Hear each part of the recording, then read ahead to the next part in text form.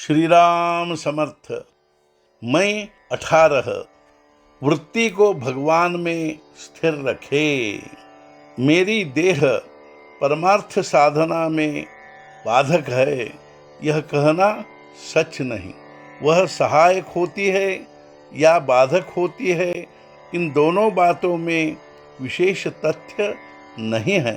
यह देखे कि हमारी वृत्ति कहाँ उलझ गई है।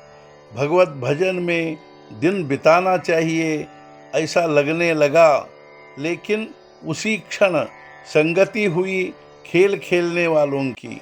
उसका मन रखने के लिए यदि खेलने लगे तो भगवान के स्मरण से हटने लगेंगे, फिर परमार्थ कैसे सधेगा। माँ ने आज तक आपके लिए पसीना बहाया, छोटे से बड़ा किया। वही माँ ब्याह होने पर विषय में अड़चन होने लगी तो वह आपको दुश्मन लगने लगी। वास्तव में दोनों की देह में फर्क होने जैसा कुछ नहीं हुआ, लेकिन वृत्ति में परिवर्तन हुआ। हम विषय में ही उलझ गए तो उसे क्या कहा जाए। हम सुखी काहे से होंगे, यह हमने अपनी समझ से तय किया है। किंतु इस संसार में पूर्ण सुख अथवा पूर्ण दुख देने वाली क्या कोई चीज़ है। जो सच है या झूठ है उसका हमें विश्वास नहीं होता।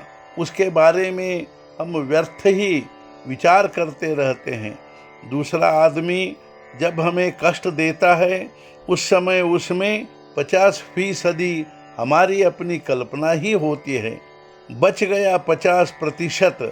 जो बच गया है उसका मैं अपने मन पर असर नहीं होने दूंगा। ऐसी वृत्ति रखी गई तो परेशानी वहीं ख़त्म हो जाएगी। हमारी वृत्ति लगातार बदलती रहती है और संसार भी लगातार बदलता रहता है।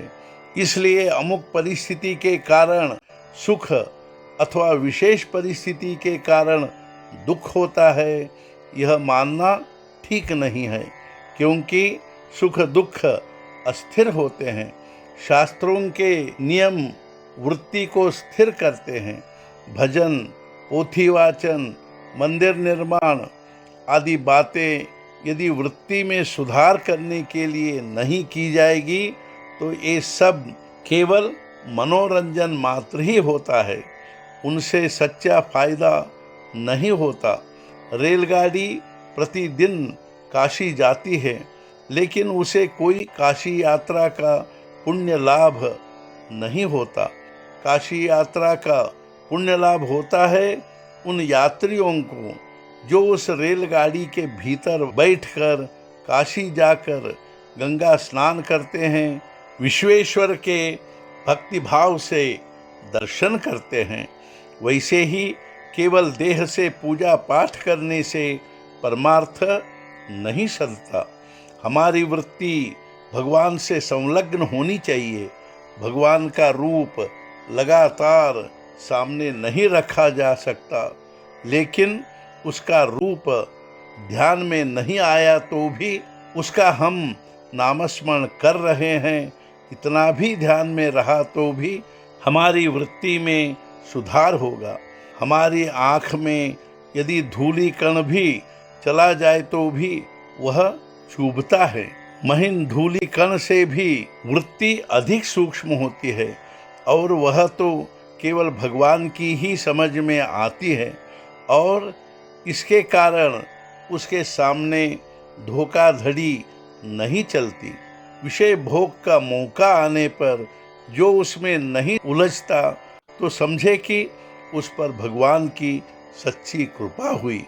भगवान से अलग न होना, उसका विस्मरण न होना, उसके नामस्मरण में रहना, उसी में सच्चा संतोष, शांति और सुख है। आज का मुख्य विचार, वृत्ति स्थिर होना, शांत होना, उसी को संतोष कहते हैं, और भगवान के चिंतन में निरंतर वृत्ति रहने को ही समाधि कहते हैं। सद्गुरुनाथ महाराज की जय। जय जय रघुवीर समर्थ।